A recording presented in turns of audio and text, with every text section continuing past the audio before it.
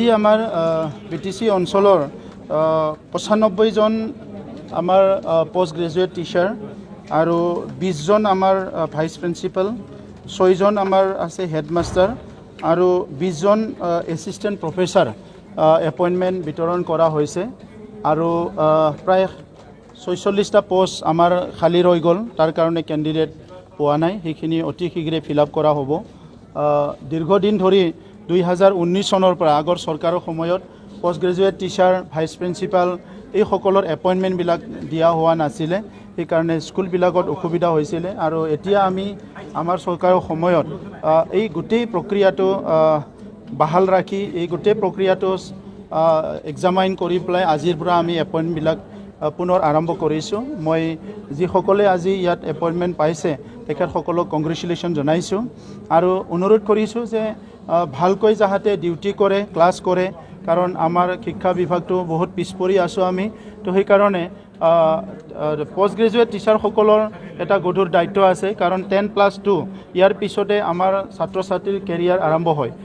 কোনোবা যদি মেডিকেল পঢ়ে কোনোবা যদি ইঞ্জিনিয়াৰিং পঢ়ে কোনোবা যদি কিবা এটা কোৰ্স লৈ পঢ়িব লাগে 10+2ৰ ওপৰতে এইটো ডিসাইড কৰে সেইকাৰণে 10+2ত খুব সিৰিয়াসলি আমাৰ শিক্ষকসকলে পঢ়াব লাগিব আৰু মই ভাল পাইছোঁ আজি খুব ফ্ৰেছ